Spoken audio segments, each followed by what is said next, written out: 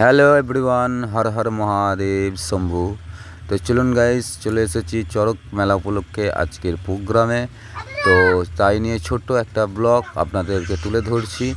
তো চলুন গাইস, আমাদের গাড়ি লোড ছিল, খোলা হচ্ছে ব্যাগপত্র ডান্সারদের। তো চলুন আজকের পরিবেশটা একটু ঘুরিয়ে দেখাই। চড়ক হবে, তারপরে আমাদের প্রোগ্রাম শুরু হবে। তো চড়ক গাছটা কিভাবে দাঁড় কাটানো হচ্ছে সেটা দেখুন।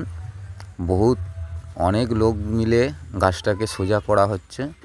খুবই একটা কষ্টের ট্রাফের কাজ। তো এই চড়ক গাছ সোজা করার পর সন্ন্যাসীরা পিঠের মধ্যে হুক গেঁথে দড়ির সাহায্যে এই চড়কে ঘুরবে সন্ন্যাসীরা।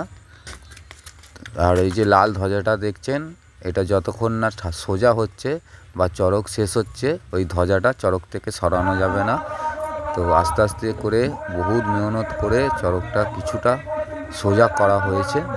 তো চলুন আস্তে আস্তে চড়কটা সোজা করছেন। তো আমি চাইবো সকলে একটু কমেন্টে হর হর মহাদেব জয় শিব শম্ভু লিখবেন এবং চ্যানেলটা সাপোর্ট করবেন, লাইক কমেন্ট শেয়ার করবেন। আর যারা সাবস্ক্রাইব করেননি প্লিজ সাবস্ক্রাইব করে দেবেন। তো এই ব্লগ ভিডিওটা নিয়ে এলাম আপনাদেরকে চড়ক মেলাটা দেখানোর জন্য। এটা হচ্ছে মেদিনীপুর সোয়াইগ্রাম। তো খুব সুন্দর অডিয়েন্স আর প্রচণ্ড দর্শকও হয়েছিল।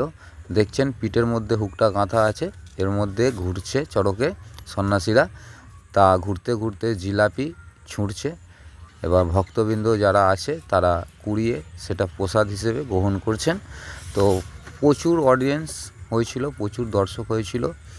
তো আপনারা কতজন চড়ক দেখেছেন, এরকম আপনাদের গ্রামে কীরকম হয় অবশ্যই কমেন্টে জানাবেন। তা আমরা এসেছিলাম প্রোগ্রাম করতে। তো চড়কের শেষে একটা হচ্ছে ডান্স গ্রুপের প্রোগ্রাম নিয়ে আমরা এসেছিলাম। চড়ক উৎসব শেষ হওয়ার পরই আমাদের ডান্সের প্রোগ্রাম শুরু হবে। আর প্রচণ্ড অডিয়েন্স, আর অডিয়েন্স খুবই ভালো, খুব সুন্দরভাবে হেল্প করেছে সকলে মিলে।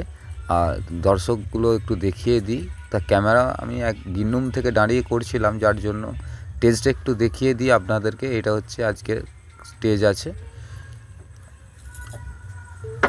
তো কমিটি প্রোগ্রাম শেষে খাওয়া দাওয়া করিয়ে আমাদেরকে বাড়ি ছাড়ছে।